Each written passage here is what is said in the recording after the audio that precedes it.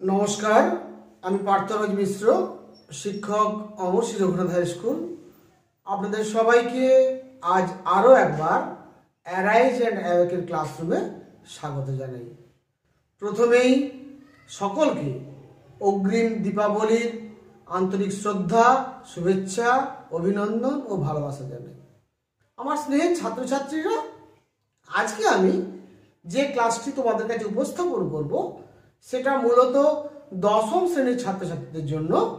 আজকে দশম শ্রেণীর আঞ্চলিক ভূগোল অধ্যায়ের ভারতের স্বাভাবিক উদ্ভিদ চ্যাপ্টার, আঞ্চলিক ভূগোল অংশের ভারতের স্বাভাবিক উদ্ভিদ চ্যাপ্টারের বা অধ্যায়ের স্বাভাবিক উদ্ভিদের শ্রেণীবিভাগ এবং তার বন্টন, স্বাভাবিক উদ্ভিদের শ্রেণীবিভাগ এবং তার বন্টন অর্থাৎ natural vegetation of India classification and distribution, classification and distribution এই বিষয়ের উপরে আজকের ক্লাসে আমি আলোচনা করব।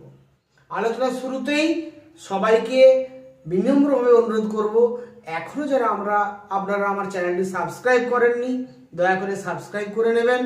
যারা সাবস্ক্রাইব করেছেন তাদেরকে আন্তরিক কৃতজ্ঞতা জানিয়ে আমি আজকের ক্লাস শুরু করছি। আমি ক্লাসের শুরুতে একটা খুব গুরুত্বপূর্ণ কথা সকলের অবগতির জন্য জানাই, সেটা হচ্ছে আমার এই প্রত্যেকটি ভিডিও ক্লাসে আমি তোমাদের সুবিধার জন্য যে বোর্ড ওয়ার্কটা করি, এই বোর্ড ওয়ার্কটা কিন্তু প্রচন্ড মূল্যবান। এই বোর্ড ওয়ার্কটা যদি ভিডিওতে তোমরা পরিষ্কারভাবে বা স্পষ্টভাবে বুঝতে না পেরে থাকো, সেক্ষেত্রে একটা সেকেন্ড অপশন আমি তোমাদেরকে দিয়ে রাখছি। সেকেন্ড অপশনটা কি না, এই বোর্ড ওয়ার্কের একটা ইমেজ বা ছবি আমি কিন্তু গুগল ড্রাইভে আপলোড করে দিই। গুগল ড্রাইভের যে লিঙ্কটা, ওই লিঙ্কটা ওই পার্টিকুলার ভিডিওর ডেসক্রিপশন বক্সে দেওয়া থাকে। সেখানে বলা থাকে হোয়াইট বোর্ড ইমেজ লিঙ্ক।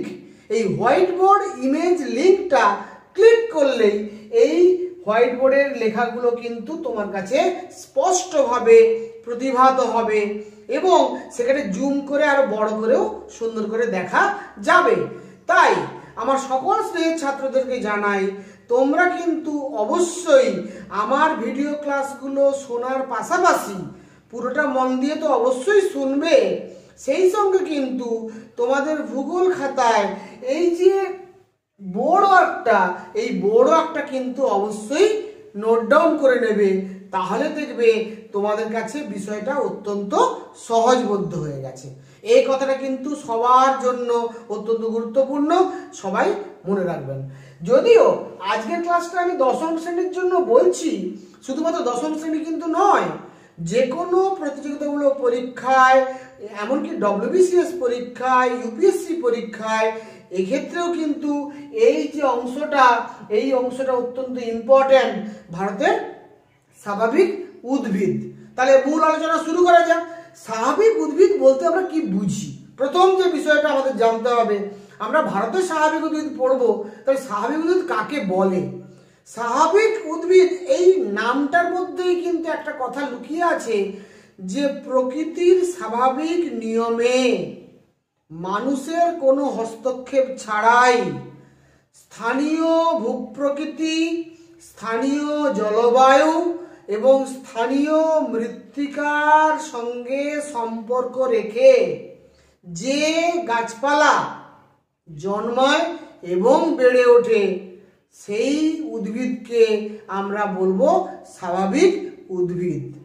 এইরূপ যখন একসঙ্গে অনেকটা এলাকা জুড়ে স্বাভাবিক উদ্ভিদ গড়ে উঠবে, তখন তাকে আমরা বলবো অরণ্য বা বনভূমি। আমাদের ভারতবর্ষ স্বাভাবিক উদ্ভিদের বিচারে কিন্তু অত্যন্ত খারাপ জায়গাতে আছে। তার কারণ হচ্ছে ভারতবর্ষ একটা অত্যন্ত জনবহুল দেশ।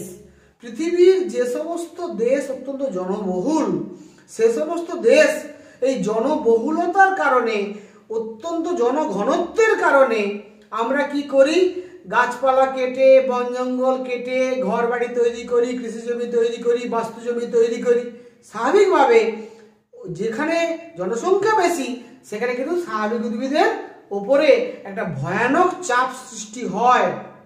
কিন্তু এটা আমাদের সকলের মনে রাখা প্রয়োজন যে একটা দেশের মোট আয়তনের যদি মিনিমাম 33% অর্থাৎ মোট আয়তনের 1/3 জমি বনভূমি দ্বারা আবৃত না হয়, তাহলে কিন্তু সেই দেশের প্রাকৃতিক পরিবেশ, মানুষ বা অন্যান্য জীবজন্তু বসবাসের পক্ষে ক্রমশ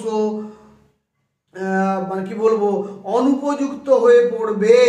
এবং প্রাকৃতিক পরিবেশ নষ্ট হলে কিন্তু জৈব বৈচিত্র্য নষ্ট হবে, বাস্তুতন্ত্র নষ্ট হবে, অক্সিজেন কার্বন ডাইঅক্সাইডের ভারসাম্য নষ্ট হবে এবং জীবজগতের বেঁচে থাকাটাই একটা কষ্ট হয়ে দাঁড়াবে। স্বাভাবিকভাবে স্বাভাবিক উদ্ভিদ কিন্তু অত্যন্ত ইম্পর্ট্যান্ট একটা বিষয়। আমরা যদি এই বিষয়টা না বুঝতে পারি তাহলে কিন্তু সমূহ বিপদ। আমাদের এই ভারতবর্ষে বর্তমানে কি পরিমাণ স্বাভাবিক উদ্ভিদ আছে? ভারতবর্ষের মোট আয়তনের মাত্র 19% জমি এই মুহূর্তে বনভূমি দ্বারা আবৃত, মাত্র 19% খাতায় কলমে। এটাও দেখা যাবে বাস্তবে যেটা 19% বলা হচ্ছে, আরো যদি নিখুঁতভাবে সার্ভে করা হয় তাহলে দেখা যাবে ওটা 19%-এরও কম অবস্থায় এসে দাঁড়িয়েছে। প্রতিনিয়ত আমরা গাছপালা কেটে, বন জঙ্গল কেটে ঘরবাড়ি তৈরি করছি, রাস্তাঘাট নির্মাণ করছি, সভ্যতার অগ্রগতির জন্য চেষ্টা করছি, আমরা কৃষি জমি নির্মাণ করছি, ফলে কিন্তু অরণ্য ক্রমশ কমছে। ফলে যেটা খাতায় কলমে আমরা 19% বলছি, সেই 19%ও আছে কিনা কিন্তু খুব সন্দেহের ব্যাপার, যেখানে কিন্তু থাকা উচিত মিনিমাম 33%। যদি আজ থেকে আমরা 100 বছর পিছিয়ে যাই তাহলে গোটা পৃথিবীর মোট স্থলভাগের আয়তনের প্রায় 60% বনভূমি ছিল। এখন সেটা কমতে কমতে কমতে কমতে পৃথিবীতে গড়ে প্রায় 30% বনভূমি অবস্থান করছে। আবার প্রত্যেকটা দেশের উপরে সেটা ভিন্ন অবস্থান। যে দেশে জনসংখ্যা বেশি সে দেশে বনভূমির পরিমাণ কম, যে দেশে জনসংখ্যা একটু কম সে দেশে বনভূমি একটু বেশি পরিমাণে আছে। ফলে জনসংখ্যাকেও কন্ট্রোল করতে হবে, মানুষকেও সচেতন হতে হবে যাতে আমরা স্বাভাবিক উদ্ভিদকে বাঁচাতে পারি এবং আমাদের সামাজিক বনসৃজনের মাধ্যমে, কৃষি বনসৃজনের মাধ্যমে, অরণ্য সংরক্ষণের মাধ্যমে আমাদের বনভূমির পরিমাণ ক্রমশ বাড়াতে হবে। সুসংবদ্ধ ভূমি ব্যবহার পদ্ধতি ব্যবহার করতে হবে, তবেই কিন্তু প্রাকৃতিক পরিবেশ সুস্থ থাকবে, তবেই কিন্তু মানুষ, জীবজন্তু, গাছপালা, বাস্তুতন্ত্র রক্ষিত হবে। না হলে কিন্তু মহা বিপদ আমাদের জন্য অপেক্ষা করছে আগামী দিনে। যাই হোক, আজকের ক্লাসটা কিন্তু যেহেতু স্বাভাবিক উদ্ভিদের শ্রেণী বিভাগ কার ভারতবর্ষে এবং তার বন্টন, অর্থাৎ এই প্রশ্নটার মধ্যে কি লুকিয়ে আছে না, ভারতবর্ষকে আমরা স্বাভাবিক উদ্ভিদের ভিত্তিতে কয় ভাগে ভাগ করতে পারি এবং সেগুলো কি কি, বা যদি ঘুরিয়ে বলা হয় ভারতবর্ষের কোন কোন স্থানে কি ধরনের উদ্ভিদ জন্মায় এবং কেন জন্মায়, কি ধরনের উদ্ভিদ জন্মায় এবং কেন জন্মায়। স্বাভাবিক উদ্ভিদের ক্ষেত্রে আমি সংজ্ঞা বলার সময় বলেছিলাম যে স্বাভাবিক উদ্ভিদ কিন্তু স্থানীয় ভূপ্রকৃতি, স্থানীয় জলবায়ু, স্থানীয় মৃত্তিকা, এই তিনটের উপরে ভিত্তি করে স্বাভাবিক উদ্ভিদ গড়ে ওঠে। অর্থাৎ সেখানে ভূপ্রকৃতির একটা গুরুত্বপূর্ণ ভূমিকা আছে। সেখানে পার্বত্য অঞ্চল না মালভূমি অঞ্চল না সমভূমি অঞ্চল, ভূমির ঢাল কেমন, মৃত্তিকার প্রকৃতি কেমন, উষ্ণতা কেমন, বৃষ্টিপাত কেমন, আর্দ্রতা কেমন ইত্যাদি প্রাকৃতিক পরিবেশের একটা গুরুত্বপূর্ণ ভূমিকা আছে। তাহলে আজকের যে আলোচনাটা, সে আলোচনাটা কি না, ভারতবর্ষের কোন স্থানে কিরকম উষ্ণতা, কিরকম বৃষ্টিপাত, কিরকম আর্দ্রতা, কেমন ভূপ্রকৃতি এবং কেমন মৃত্তিকাযুক্ত অঞ্চলে কি কি উদ্ভিদ জন্মায় এবং সেই উদ্ভিদকে আমরা কি বনভূমি হিসাবে চিহ্নিত করেছি। প্রথমেই তোমাদের জানিয়ে রাখি, ভারতবর্ষকে স্বাভাবিক উদ্ভিদের শ্রেণীবিভাগ অনুযায়ী আমরা 6 ভাগে ভাগ করতে পারি। এই 6টা ভাগ কি কি? প্রথম আসছে ক্রান্তীয় চিরহরিত অরণ্য। চিরহরিত মানে কি? চিরহরিত মানে চিরসবুজ, অর্থাৎ যে গাছের পাতা সারা বছর চিরসবুজ থাকে, গাছের পাতা একসঙ্গে সব ঝরে পড়ে না এবং গাছের পাতা চিরসবুজ থাকে বলে তার নাম চিরহরিত অরণ্য। ক্রান্তীয় কথাটা কেন বলা হয়েছে? আমরা আগেই বলেছি যে ভারতবর্ষ এমন একটা দেশ, তোমরা মানচিত্রে দেখো, ভারতবর্ষের মাঝখান দিয়ে কর্কট ক্রান্তি রেখা প্রসারিত, ভারতবর্ষের দক্ষিণ দিক দিয়ে নিরক্ষরেখা প্রসারিত, ফলে দক্ষিণ ভারত তো অবশ্যই মধ্য ভারত পর্যন্ত এটা ক্রান্তীয় অঞ্চলের অন্তর্গত, আর উত্তর ভারতের অংশটা কিন্তু উপক্রান্তীয় অঞ্চলের অন্তর্গত। ফলে এই পোর্শনটাকে আমরা যেহেতু ক্রান্তীয় অঞ্চল বলছি, তাই ভারতবর্ষের যে চিরহরিত অরণ্য তাকে বলা হচ্ছে ক্রান্তীয় চিরহরিত অরণ্য। আবার উত্তর ভারতের পার্বত্য অঞ্চলে যে আমরা চিরহরিত অরণ্য দেখতে পাবো সেটা অ্যাকচুয়ালি উপক্রান্তীয় চিরহরিত অরণ্য। যাই হোক না কেন, তাহলে প্রথম বলছি ক্রান্তীয় চিরহরিত অরণ্য, তারপরে ক্রান্তীয় আর্দ্র পর্ণমোচী অরণ্য। তাহলে এখানে দুটো কথা আছে। আর্দ্র মানে কি? ভেজা, অর্থাৎ বৃষ্টিপাত এখানে একটু বেশি হয়, তাই এখানে আর্দ্র পর্ণমোচী বলা হচ্ছে। পর্ণমোচী মানে কি? পর্ণ মানে পাতা, মোচী মানে মোচন করে দেয় যে নির্দিষ্ট ঋতুতে। তাহলে যে গাছ একটি নির্দিষ্ট ঋতুতে, বিশেষত শুষ্ক ঋতুতে, যখন বৃষ্টিপাত হয় না প্রকৃতির আপন নিয়মে, তখন সে যে গাছের পাতা ঝরিয়ে দেয়, সেই ধরনের গাছকে আমরা বলছি পর্ণমোচী অরণ্য। আমাদের ভারতবর্ষে মূলত শীতকাল শুষ্ক ঋতু, স্বাভাবিকভাবে শীতকালে কিন্তু পাতা ঝরে যায়, সেই জন্য একে পর্ণমোচী অরণ্য বলা হচ্ছে। তবে এখানে কিন্তু বৃষ্টিপাত বেশি, তাই এর নাম আর্দ্র পর্ণমোচী অরণ্য। আবার আমরা যখন দেখব যে এমন কিছু কিছু অঞ্চল আছে যেখানে কিন্তু পর্ণমোচী অরণ্য দেখা যায় এবং সেখানে কিন্তু সেটাকে আমরা শুষ্ক পর্ণমোচী বলছি, অর্থাৎ বুঝতে পারছো এখানে বৃষ্টিপাতের পরিমাণ আরো কম এবং উষ্ণতার চরমতা আরো বেশি। উষ্ণতা চরমতা মানে কি? গরমকালে গরম বেশি, শীতকালে শীত বেশি, এরকম কতগুলো জায়গা আছে, আমি পরে তোমাদের বিস্তৃতভাবে বলছি ব্যাপারটা। এরপরে আসছি ক্রান্তীয় মরু এবং মরুপ্রায় উদ্ভিদ অঞ্চল। মরু এবং মরুপ্রায় উদ্ভিদ অঞ্চল, ম্যানগ্রোভ অরণ্য অঞ্চল এবং পার্বত্য অরণ্য। এইভাবে ভারতবর্ষকে আমরা অরণ্যের বিচারে 6 ভাগে ভাগ করতে পারি। আমি তোমাদেরকে আসলে জাস্ট যদি বিবরণ দিই তোমরা সবটা মনে রাখতে পারবে না। যাতে তোমাদের মনে রাখতে কষ্ট না হয়, সহজে তোমরা মনে রাখতে পারো, সহজে বুঝতে পারো, সহজে পরীক্ষায় লিখতে পারো, তার জন্য আমি একটা চার্ট তৈরি করে দিয়েছি। এই হোয়াইট বোর্ডের উপর একটা চার্ট করে দিয়েছি। এই চার্ট তোমাদের কি কি করতে সাহায্য করবে? এই চার্টটা কোন উষ্ণতায়, কিরকম বৃষ্টিপাতে, কিরকম মৃত্তিকায়, ভারতবর্ষের কোন কোন স্থানে কি ধরনের উদ্ভিদ জন্মায়, এইটা সম্পর্কে একটা সম্যক ধারণা তৈরি হবে এবং তুমি কিন্তু ম্যাপের সঙ্গে কম্পেয়ার করে যদি একবার পড়ে নাও তাহলে কিন্তু তোমার সারা জীবন বিষয়টা মনে থেকে যাবে এবং পরীক্ষাতে তুমি খুব সহজভাবেই লিখতে পারবে। সেই জন্য কিন্তু আমি এই চার্টের মতো করে উপস্থাপন করেছি। প্রথমে চলে এসো ক্রান্তীয় চিরহরিত অরণ্য।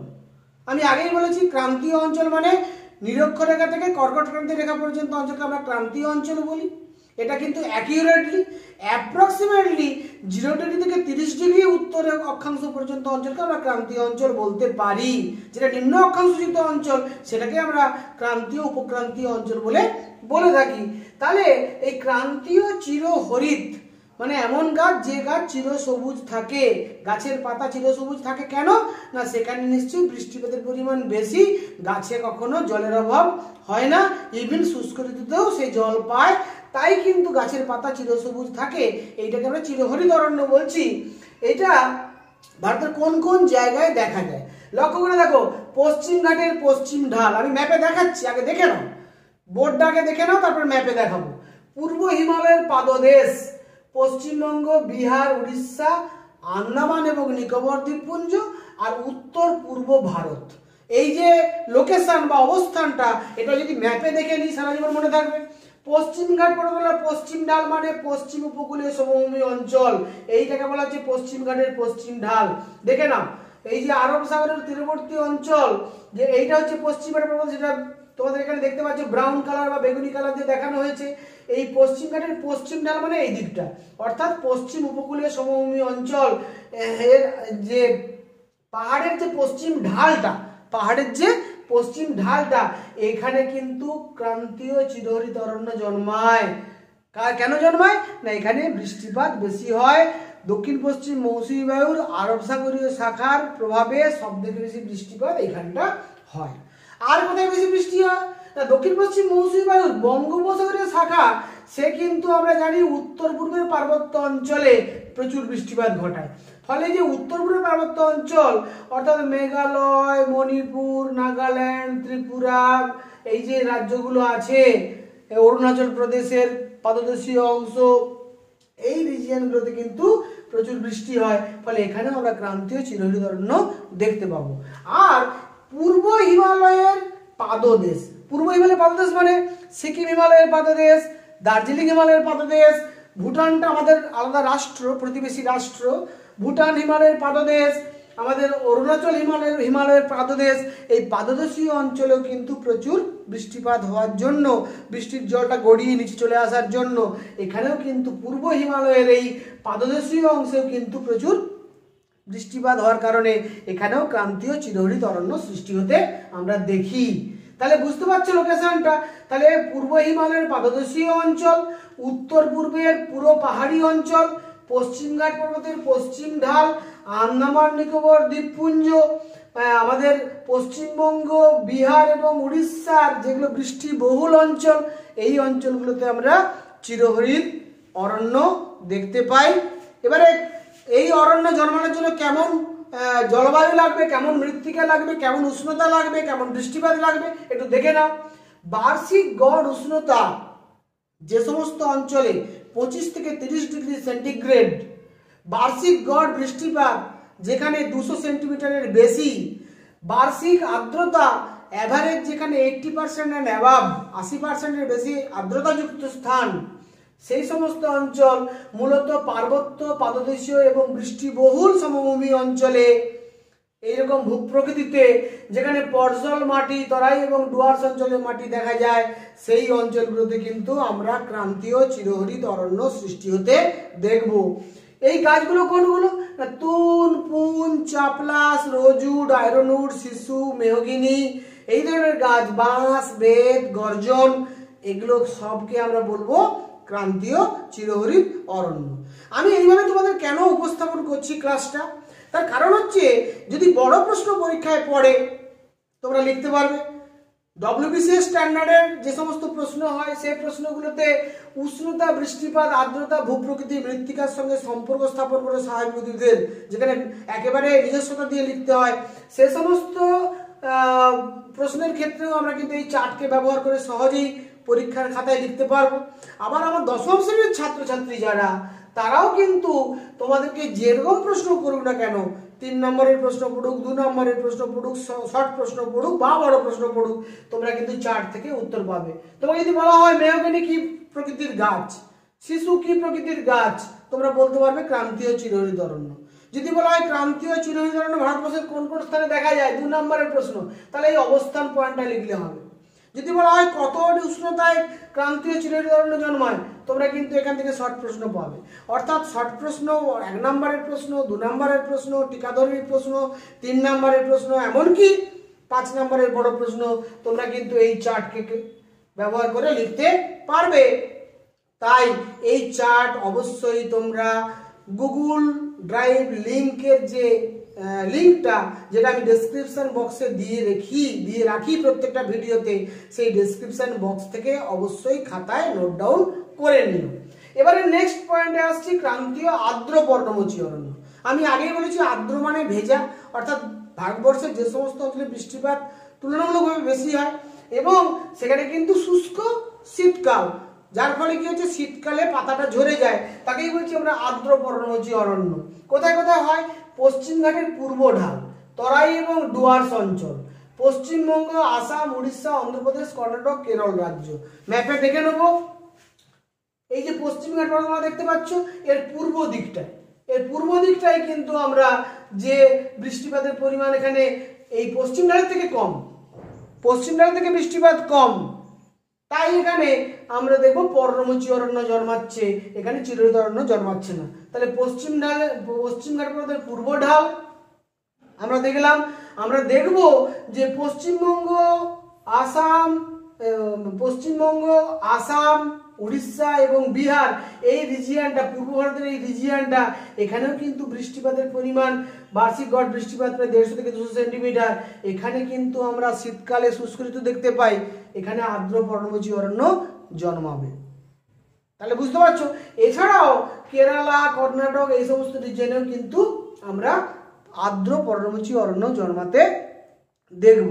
তাহলে এই গাছ জন্মানোর জন্য কেমন উষ্ণতা লাগবে না, এই এস মিন সামার, গ্রীষ্মকালীন গড় উষ্ণতা 27 থেকে 32 ডিগ্রি সেন্টিগ্রেড এবং শীতকালীন গড় উষ্ণতা 15 থেকে 20 ডিগ্রি সেন্টিগ্রেড, যে সমস্ত অঞ্চলে আমরা দেখতে পাবো যেখানে বার্ষিক গড় বৃষ্টিপাতের পরিমাণ 100 থেকে 200 সেন্টিমিটার, চিরহরিতে কিন্তু 200 সেন্টিমিটার নেওয়া, এখানে কিন্তু 100 থেকে 200 সেন্টিমিটার, এবং আর্দ্রতা দেখো কিছুটা কম, 60 থেকে 75% আর্দ্রতাযুক্ত স্থান, মূলত মালভূমি অঞ্চল এবং সমভূমি অঞ্চল, মালভূমি অঞ্চল এবং সমভূমি অঞ্চল, যেখানে পলিমাটি দেখতে পাবো এবং লোহিত মৃত্তিকা দেখতে পাবো, সেই এলাকাগুলোতে কিন্তু আমাদের ক্রান্তীয় আর্দ্র পর্ণমোচী অরণ্য দেখা যাবে। অর্থাৎ বট, অশ্বত্থ, শিরীষ, খিরিশ, নিম, আম, জাম, আকাশমণি, এই গাছগুলোকে আমরা বলবো কিন্তু আর্দ্র পর্ণমোচী অরণ্য। এবারে চলে আসছো শুষ্ক পর্ণমোচী অরণ্য। এটাও পর্ণমোচী, এও পাতা ঝরিয়ে দেয়, কিন্তু এটা শুষ্ক পর্ণমোচী, এতটাই পাতা ঝরিয়ে দেয় যে গাছ পুরোপুরি ন্যাড়া হয়ে যায়। তোমরা বেশি দূর নয়, আমাদের এই পশ্চিমবঙ্গের পশ্চিম প্রান্তে বাঁকুড়া জেলা, পুরুলিয়া জেলা, পশ্চিম মেদিনীপুর বা ঝাড়গ্রাম জেলায় যদি তোমরা যাও, তাহলে শীতকালে দেখবে ওই অঞ্চলের গাছের একটিও পাতা নেই। কেন না, ওখানে কিন্তু আমাদের পূর্ব দিকের তুলনায়, সমুদ্র উপকূলবর্তী অঞ্চলের তুলনায় বৃষ্টি আরো কম হয়, ফলে ওখানে কিন্তু আমরা শুষ্ক পর্ণমোচী অরণ্য দেখতে পাবো। শীতকালে গাছে একটিও পাতা থাকবে না, সেইটাকে বলি শুষ্ক পর্ণমোচী। কোথায় কোথায় দেখো, ঝাড়খণ্ড, মধ্যপ্রদেশ, ছত্তিশগড়, তেলেঙ্গানা, মহারাষ্ট্র, উত্তরপ্রদেশ, ভারতবর্ষের মধ্যভাগটা পুরোটা। কোন কোন রাজ্য দেখে নাও, এই যে ঝাড়খণ্ড রাজ্য, ছোটনাগপুর মালভূমি অঞ্চল, এই যে ছত্তিশগড় রাজ্য, মধ্যপ্রদেশ রাজ্য, বিশাল বড় রাজ্য ছিল আগে, ভাগ হয়ে এখন রাজস্থান বড় রাজ্য হয়েছে, মধ্যপ্রদেশ রাজ্য, তারপর উত্তরপ্রদেশ রাজ্য, এই পুরো রিজিয়নটাকে আমরা বলছি শুষ্ক পর্ণমোচী অরণ্য। তাহলে গোটাটাই পর্ণমোচী অরণ্য, তার মধ্যে উপকূলবর্তী অঞ্চলটা আর্দ্র পর্ণমোচী, যেখানে বৃষ্টিপাতটা একটু বেশি হয়, আর উপকূল থেকে অভ্যন্তরে যেখানে উষ্ণতার চরমতা লক্ষ্য করা যায়, গরমকালে গরমও খুব বেশি হয় এবং শীতকালে শীতও খুব বেশি পড়ে। এই যে অভ্যন্তরের অঞ্চলগুলো ভারতবর্ষের, এখানে কিন্তু আমরা শুষ্ক পর্ণমোচী অরণ্য দেখতে পাবো। ঝাড়খণ্ড, ছত্তিশগড়, মধ্যপ্রদেশ, উত্তরপ্রদেশ, রাজস্থানের পূর্ব অংশ, এই রিজিয়নগুলোতে, মহারাষ্ট্রের পূর্ব অংশ, এইগুলোতে আমরা দেখবো শুষ্ক পর্ণমোচী অরণ্য জন্মাচ্ছে। উষ্ণতা দেখে নাও, এখানে কিন্তু সামার বা গ্রীষ্মকালে 30 থেকে 35 ডিগ্রি সেন্টিগ্রেড এবং শীতকালে দেখো 10 থেকে 15 ডিগ্রি সেন্টিগ্রেড, অর্থাৎ এখানে তুলনায় কিন্তু উষ্ণতার চরমতা আমরা দেখতে পাচ্ছি। গরমকালে গরমও একটু বেশি, শীতকালে শীতও একটু বেশি, আবার বৃষ্টিপাত কিন্তু কম, 50 থেকে 100 সেন্টিমিটার। এখানে বৃষ্টি ছিল 100 থেকে 200, এখানে বৃষ্টিপাত কিন্তু 50 থেকে 100। তাহলে উষ্ণতার চরমতা বাড়ছে, আবার উষ্ণতা চরমতা বাড়ছে, গরমকালে গরম বেশি হচ্ছে, শীতকালে শীত বেশি হচ্ছে, আবার বৃষ্টিপাতের পরিমাণ কম হচ্ছে। এই রিজিয়নগুলোতে আমরা দেখব শুষ্ক পর্ণমোচী অরণ্য জন্মাচ্ছে। সেই সঙ্গে বৃষ্টিপাত কম হওয়ার জন্য আর্দ্রতার পরিমাণও কম, এখানে আর্দ্রতা 40 থেকে 60%। স্বাভাবিকভাবে বুঝতেই পারছো যে এই অঞ্চলে কিন্তু শুষ্ক পর্ণমোচী অরণ্যর জন্মানোটাই স্বাভাবিক।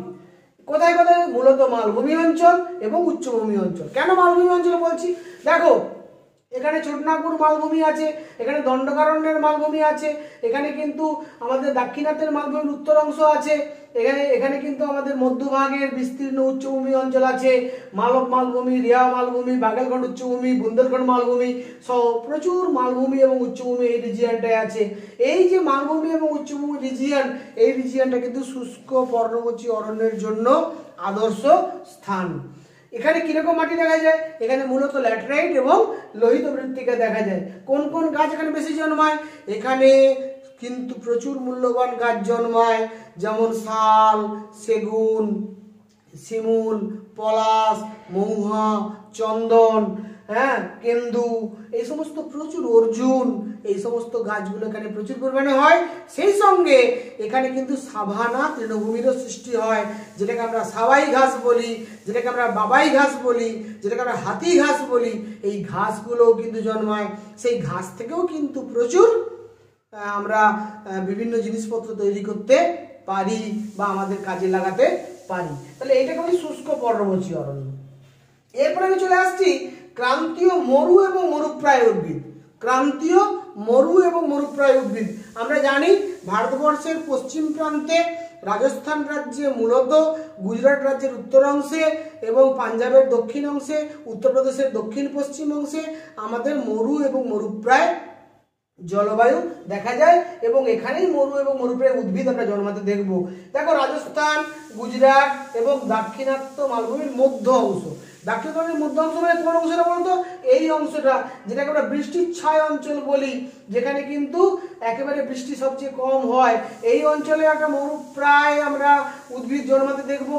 আর আমরা রাজস্থান সহ মরুভূমি অঞ্চল সহ আরাবল্লী পর্বত, গুজরাটের উত্তর অংশ সহ এই রিজিয়নটাতে আমরা মরু এবং মরুপ্রায় উদ্ভিদ দেখতে পাবো। ফলে এখানটায় কিরকম উষ্ণতা? এখানে উষ্ণতা চরমতা আরো বেশি। এখানে গরমকালে গরম আরো বেশি, শীতকালে শীত আরো বেশি। কিরকম না, গরমকালে 35 থেকে 40 ডিগ্রি সেন্টিগ্রেড টেম্পারেচার এবং শীতকালে 7 থেকে 10 ডিগ্রি সেন্টিগ্রেড টেম্পারেচার। এগুলো গড় তাপমাত্রা। গড় তাপমাত্রা মানে কিন্তু সর্বোচ্চ এবং সর্বনিম্ন তাপমাত্রা আরো চরমতা আমরা লক্ষ্য করব। উষ্ণতা একদিকে বাড়ছে, আবার বৃষ্টিপাত কমছে। ওখানে ছিল বৃষ্টিপাত 50 থেকে 100 সেন্টিমিটার, এখানে বৃষ্টিপাত কিন্তু 25 থেকে 50 সেন্টিমিটার। বৃষ্টিপাত একেবারে কম হচ্ছে, মাত্র 25 থেকে 50 সেন্টিমিটার বৃষ্টিপাত। তাহলে উষ্ণতার চরমতা বাড়ছে, বৃষ্টিপাতের পরিমাণ কমছে এবং আর্দ্রতার পরিমাণ কমছে। স্বাভাবিকভাবে গাছের জলের অভাবে ওখানে আমরা মরু এবং মরুপ্রায় উদ্ভিদ জন্মাতে দেখব। মূলত মরুভূমি অঞ্চল এবং মালভূমি অঞ্চল, এই রিজিয়ন দুটোতে কিন্তু আমরা ক্রান্তীয় মরু এবং মরুপ্রায় উদ্ভিদ দেখতে পাবো, যেখানে চেস্টনাট এবং ল্যাটেরাইট মৃত্তিকা আছে। সেখানে কি কি গাছ এখানে হয়? এখানে মূলত খয়ের গাছ, বাবলা গাছ, ক্যাকটাস, ফণিমনসা, খেজুর, এই ধরনের গাছ জন্মায়। বাবলা গাছ আমরা সবাই জানি, খেজুর গাছ আমরা সবাই জানি। এই বাবলা, খেজুর, খয়ের, ফণিমনসা, ক্যাকটাস, এইগুলোকে আমরা বলবো মরু এবং মরুপ্রায় অঞ্চলের উদ্ভিদ। এখানে উদ্ভিদ অত্যন্ত বিচ্ছিন্নভাবে অবস্থান করে, কোনো ঘন অরণ্য দেখা যায় না। বেশিরভাগ সাভানা জাতীয় ঘাস জন্মায় এবং সেই ঘাসের মাঝখানে বিক্ষিপ্তভাবে, বিচ্ছিন্নভাবে কিছু গাছপালা জন্মায়। তাই এটাকে আমরা অরণ্য বলতে পারবো না। তাই আমি বলেছি ক্রান্তীয় মরু এবং মরুপ্রায় উদ্ভিদ, আমি অরণ্য কথাটা ব্যবহার করিনি। এরপরে আসছি ম্যানগ্রোভ অরণ্য। ম্যানগ্রোভ অরণ্যটা কি না, আমরা যেটাকে বাংলা বলি লবণাম্বু উদ্ভিদ। লবণাম্বু উদ্ভিদ কেন বলছি না, আমাদের ভারতবর্ষের যে সমস্ত অঞ্চলে নদীতে বদ্বীপ সৃষ্টি হয়েছে, আমরা সবাই জানি আমাদের পৃথিবীর মধ্যে সব থেকে বড় বদ্বীপের নাম হচ্ছে গঙ্গা ব্রহ্মপুত্র বদ্বীপ। এই পুরোটাকে বলছি পৃথিবীর বৃহত্তম বদ্বীপ অঞ্চল। এটা পৃথিবীর বৃহত্তম। এখানে গঙ্গার বদ্বীপ আছে, এখানে ব্রহ্মপুত্রের বদ্বীপ আছে। কিন্তু যেহেতু বাংলাদেশটা বিচ্ছিন্ন হয়ে গেছে, তাই 60% বদ্বীপ এখন বাংলাদেশের অন্তর্গত, 40% বদ্বীপ আমাদের পশ্চিমবঙ্গের অন্তর্গত, মূলত দক্ষিণ এবং উত্তর 24 পরগনা জেলায় সেটা অবস্থান করছে। এই যে বদ্বীপ অঞ্চল, যেটাকে আমরা গাঙ্গেয় বদ্বীপ বলছি, এখানে মহানদীর বদ্বীপ অঞ্চল উড়িষ্যাতে আছে। এখানে আমরা অন্ধ্রপ্রদেশে কৃষ্ণা এবং গোদাবরী নদীর বদ্বীপ দেখতে পাবো। কেলেরি নদীর উত্তর দিকে এবং দক্ষিণ দিকে দুটো বদ্বীপ আছে, একটা হচ্ছে গোদাবরী নদীর বদ্বীপ, একটা কৃষ্ণা নদীর বদ্বীপ, এবং তামিলনাড়ুতে এখানে কাবেরী নদীর বদ্বীপ আছে। এছাড়া আমরা যদি গুজরাটের উপকূল অঞ্চলে যাই, কচ্ছের রণ সহ এই উপকূল, কচ্ছ উপদ্বীপ এবং কাথিয়াবাড় উপদ্বীপের উপকূলীয় অঞ্চলেও বিক্ষিপ্তভাবে আমরা কিন্তু এই লবণাম্বু উদ্ভিদ বা ম্যানগ্রোভ অরণ্য দেখতে পাবো। কেন এরকমটা হয় না, এই অঞ্চলটা এমন একটা অঞ্চল যেখানে কিন্তু সমুদ্রের জোয়ার ভাটার জল নির্দিষ্ট সময় অন্তর স্থলভাগের মধ্যে প্রবেশ করে। তার ফলে এই অঞ্চলের মাটিটা কিন্তু লবণাক্ত, মাটিতে লবণের ভাগ বেশি।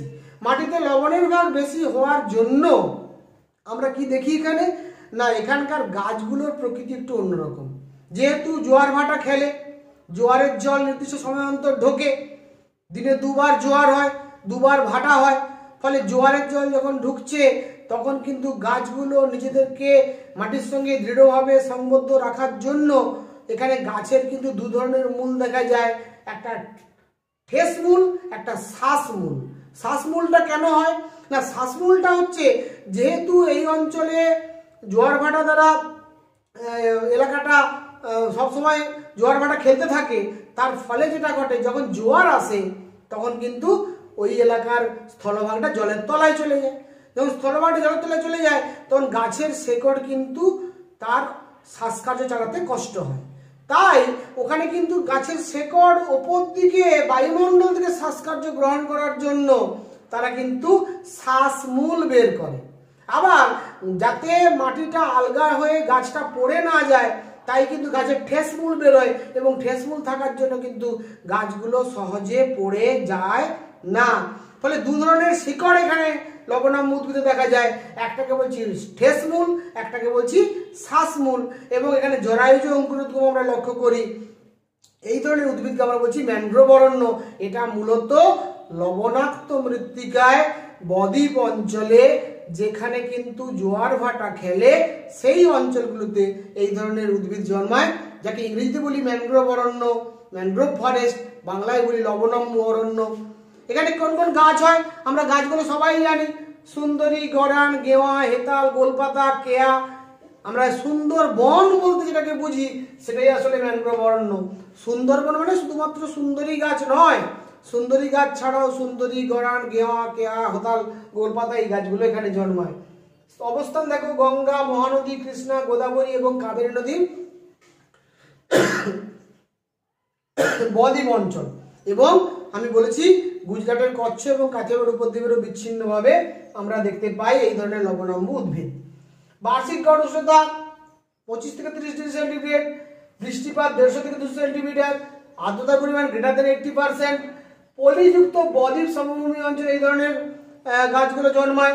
মাটি অবশ্যই লবণাক্ত, মাটিতে লবণের ভাগ বেশি যেহেতু সমুদ্রে জোয়ার ভাটার জল ঢোকে। এই ধরনের সুন্দরী, গরান, গেয়া, হেতাল, গোলপাতা এই ধরনের অরণ্য দ্বারা বেষ্টিত অঞ্চলকে আমরা ম্যানগ্রোভ অরণ্য বলে থাকি, যেটা আমাদের ভারতবর্ষের তথা পৃথিবীর অত্যন্ত গুরুত্বপূর্ণ একটা বনজ সম্পদ। শুধু বনজ সম্পদ বলবো না, একটা বিশাল বায়োম, বিশাল বাস্তুতন্ত্র। এইগুলোকে আমাদের যে কোনো মূল্যে এই ধরনের বনজ সম্পদকে বাঁচানোর জন্য প্রয়োজনীয় পদক্ষেপ গ্রহণ করতে হবে, না হলে আমরা সভ্যতাকে টিকিয়ে রাখতে পারবো না। আমি আগেই বলেছি যে একটা দেশ সুস্থভাবে সেই দেশের জীবজগৎ বেঁচে থাকার জন্য অ্যাটলিস্ট মিনিমাম সেই দেশের মোট আয়তনের 33% বনভূমি থাকা প্রয়োজন। ভারতবর্ষে 33% তো দূরের কথা, খাতায় কলমে 19% বনভূমি এখন আছে, যার বাস্তব আয়তন 633 লক্ষ হেক্টর। বাস্তব আয়তন কত? 633 লক্ষ হেক্টর মাত্র বনভূমি আছে। ওটা কিন্তু খাতায় কলমে, বাস্তবে ওর থেকে আরো কম, হয়তো 15% এলাকা বনভূমি যেটা সত্যিকারে আবৃত। ফলে আমাদেরকে আমাদের প্রয়োজনে সুস্থ জীবনযাপনের স্বার্থে, সুস্থ পরিবেশ রক্ষার স্বার্থে আমাদেরকে কিন্তু সামাজিক বনসৃজনের মাধ্যমে, কৃষি বনসৃজনের মাধ্যমে, অরণ্য সংরক্ষণের বিভিন্ন প্রক্রিয়া গ্রহণের মাধ্যমে আমাদের গাছপালাকে বাঁচাতে হবে, স্বাভাবিক উদ্ভিদকে বাঁচাতে হবে। তবেই প্রকৃতি বাঁচবে, তবেই মানুষ বাঁচবে, তবেই জীবজগৎ বাঁচবে, তবেই বাস্তুতন্ত্র বাঁচবে। প্রকৃতিকে নষ্ট করে, জীবজগৎকে নষ্ট করে, বাস্তুতন্ত্রকে ধ্বংস করে মানুষ যদি ভাবে একা পৃথিবীতে বাঁচবে, সেটা কখনো হবে না, হবে না, হবে না। আজকে আমাদের পৃথিবীতে যে অতিমারী সৃষ্টি হয়েছে, যেটাকে আমরা কোভিড-19 প্যান্ডেমিক বলছি, এই কোভিড-19 প্যান্ডেমিক আসার পেছনেও কিন্তু সব থেকে বড় কারণ আমাদের অরণ্যের সঙ্গে দূরত্ব কমে যাওয়া, বন্য জীবজন্তুর সঙ্গে দূরত্ব কমে যাওয়া, বন্য জীবজন্তু লোকালয়ে চলে আসা, বন্য জীবজন্তুকে মেরে মানুষ তার মাংস যখন ভক্ষণ করছে, তার দেহে বসবাসকারী ভাইরাসগুলো মানুষের দেহে আসছে, সেখান থেকে কিন্তু আস্তে আস্তে এই ধরনের বিপজ্জনক রোগ ছড়িয়ে পড়ছে। ফলে আমাদের বুঝতে হবে, আমরা যদি অরণ্যের সঙ্গে দূরত্ব রক্ষা না করি, আমরা যদি অরণ্যকে না বাঁচাই, তাহলে কিন্তু খাদ্যের অভাবে পড়ে যে সমস্ত বন্য প্রাণী তারা লোকালয়ে আসবে এবং মানুষ তাদের থেকে বাঁচার জন্য তাদেরকে মারার চেষ্টা করবে। সেক্ষেত্রে কিন্তু একটা বিপদ লুকিয়ে আসবে। অর্থাৎ আমরা গাছপালা কাটলে ঘুরপথে কিন্তু অন্যান্য বন্য জীবজন্তুর দেহ থেকে আসা ভাইরাস ব্যাকটেরিয়ার প্রভাবে আমরা কিন্তু আক্রান্ত হব এবং এর ফলে কিন্তু সভ্যতা ধ্বংস হয়ে যাওয়াটাও কোনো অবাক ব্যাপার নয়। তাই সবাইকে এটা সচেতন থাকতে হবে। যাই হোক, আমি এই কথাগুলো বললাম সামগ্রিক অরণ্য সম্পদ পড়ানোর জন্য বললাম, এটা এতটাই গুরুত্বপূর্ণ। একেবারে শেষ পয়েন্টে চলে আসি, পার্বত্য অরণ্যের পয়েন্টে। পার্বত্য অরণ্য মানে কি না, পার্বত্য অঞ্চলে যে অরণ্য জন্মায়। পার্বত্য অঞ্চলের তো উচ্চতা বিভিন্ন রকম থাকে, একই রকম উচ্চতা নয়, ফলে ওখানে উচ্চতার পার্থক্য, অক্ষাংশের পার্থক্য, বৃষ্টিপাতের পার্থক্য, উষ্ণতার পার্থক্য ইত্যাদি পার্থক্যের জন্য পার্বত্য অঞ্চলে বিভিন্ন উচ্চতায় বিভিন্ন ধরনের উদ্ভিদ জন্মায়।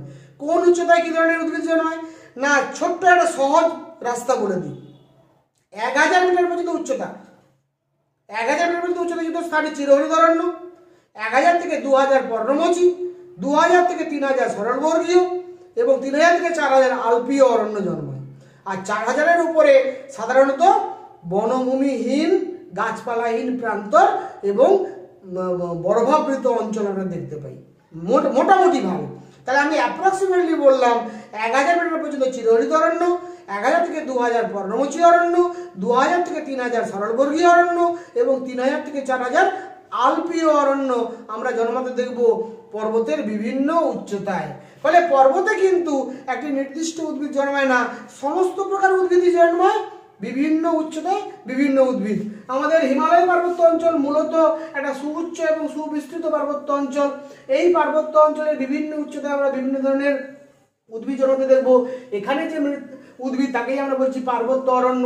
এছাড়াও বিন্ধ্য পার্বত্য অঞ্চল, পশ্চিমঘাট পার্বত্য অঞ্চল, নীলগিরি পার্বত্য অঞ্চল, কাডামাম পার্বত্য অঞ্চল, আনাইমালাই পার্বত্য অঞ্চল, পূর্বঘাট পার্বত্য অঞ্চল, আরাবল্লী পার্বত্য অঞ্চল, উত্তর পূর্বের পাহাড়ি অঞ্চল, মেঘালয় মালভূমি, খাসি, গারো, জয়ন্তিয়া পাহাড়, এরকম যত পার্বত্য অঞ্চল আছে সমস্ত পার্বত্য অঞ্চলে কিন্তু বিভিন্ন উচ্চতায় বিভিন্ন ধরনের গাছপালা জন্মাতে দেখব।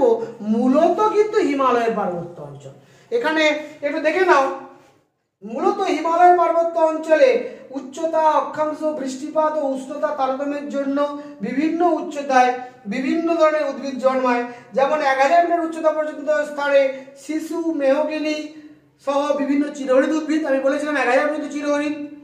1000 থেকে 2000 মিটার উচ্চতায় ভালো করে খেয়াল করো oak, beech, birch, maple, chestnut এই ধরনের গাছগুলো, ম্যাপল এই গাছগুলো জন্মাচ্ছে, এগুলো কিন্তু পর্ণমোচী অরণ্য। 2000 থেকে 3000 মিটার উচ্চতায় কিন্তু পাইন, ফার, প্রুস, দেবদারু, লার্চ এই ধরনের সরলবর্গীয় অরণ্য এবং 3000 থেকে 4000 মিটার উচ্চতায় রোডোডেনড্রন, জুনিপার, নাক্স ভমিকা এই ধরনের গাছগুলো জন্মায়, যাকে আমরা আলপীয় উদ্ভিদ বলতে পারি। তার থেকে পরবর্তী উঁচু অংশে গেলে সেখানে গাছপালা থাকবে না, অল্প বিস্তর কিছু ঘাস ফাস জন্মাবে, শৈবাল ছত্রাক জন্মাবে এবং অর্কিড জন্মাবে। তারপরে কিন্তু একেবারে গাছপালাহীন প্রান্তর এবং বরফাবৃত অঞ্চল আমরা পেয়ে যাব। ফলে পার্বত্য অরণ্যকে আমরা উচ্চতার ভিত্তিতে ভাগ করতে পারি চিরহরিৎ, পর্ণমোচী, সরলবর্গীয়, আলপীয়। 1000, 2000, 3000, 4000 বিভিন্ন উচ্চতায় বিভিন্ন উদ্ভিদ আমরা জন্মাতে দেখি। এইভাবে ভারতবর্ষের বিভিন্ন স্থানে আমরা মূলত এই 6 ধরনের উদ্ভিদ জন্মাতে দেখি। এটাকেই বলছি ভারতবর্ষের স্বাভাবিক শ্রেণী বিভাগ এবং তার বন্টন। বন্টন বললে লোকেশনের কথা বলতে হবে, শ্রেণী বিভাগ বললে এই নামগুলো বলতে হবে। যদি বলা হয় ওই অঞ্চলের জলবায়ু, মৃত্তিকা এবং যাকে বলা যায় ভূপ্রকৃতির সঙ্গে রিলেশন কি, তখন এই মাঝের পয়েন্টগুলো বলতে হবে। যদি বলা হয় কোন গাছটা কোন প্রকৃতির, তখন এই বৃক্ষের নাম বলতে হবে। অর্থাৎ আমি কিন্তু এমনভাবে এই চার্টটা রেডি করে দিয়েছি, এই চার্ট তোমরা রেডি করলে এখান থেকে যে কোনো প্রশ্ন পড়লে তোমরা লিখতে পারবে। তাহলে আমার স্নেহের ছাত্রছাত্রীরা, আশা করি তোমাদের ক্লাসটা ভালো লেগেছে। যদি তোমাদের ক্লাসটা ভালো লেগে থাকে অবশ্যই লাইক, শেয়ার এবং সাবস্ক্রাইব করবে। এরপরেও যদি কারো কোনো কোশ্চেন থাকে অবশ্যই কমেন্ট বক্সে জানাবে। আমি কিন্তু এই হোয়াইট বোর্ডের ইমেজটা, গুগল ড্রাইভ লিঙ্কটা আমি ডেসক্রিপশন বক্সে দিয়ে দেবো। তোমরা অবশ্যই ডেসক্রিপশন বক্স থেকে হোয়াইট বোর্ড ইমেজটার লেখাগুলো খাতায় নোট ডাউন করে নেবে এবং সবাই ভালো থাকবে এই আশা নিয়ে আজকের ক্লাস এখানেই শেষ করছি। Thank you very much.